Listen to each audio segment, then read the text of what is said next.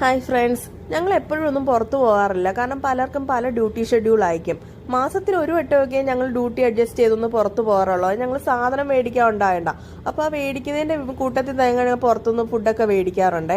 എനിക്ക് പുറത്തുനിന്ന് ഫുഡ് മേടിക്കുന്ന കാര്യം ഓർക്കുമ്പോഴേ, പണ്ട് നമ്മൾ ഹോസ്റ്റലിൽ പഠിക്കുന്ന സമയത്ത് വീട്ടിൽ നിന്ന് പൈസ അയക്കുമ്പം എല്ലാവരും കൂടെ ഒരു ദിവസം പുറത്തുനിന്ന് ഹോട്ടലിൽ നിന്ന് ഫുഡ് മേടിക്കാറുണ്ട്. പലരും പലതാണ് മേടിക്കുന്നത്.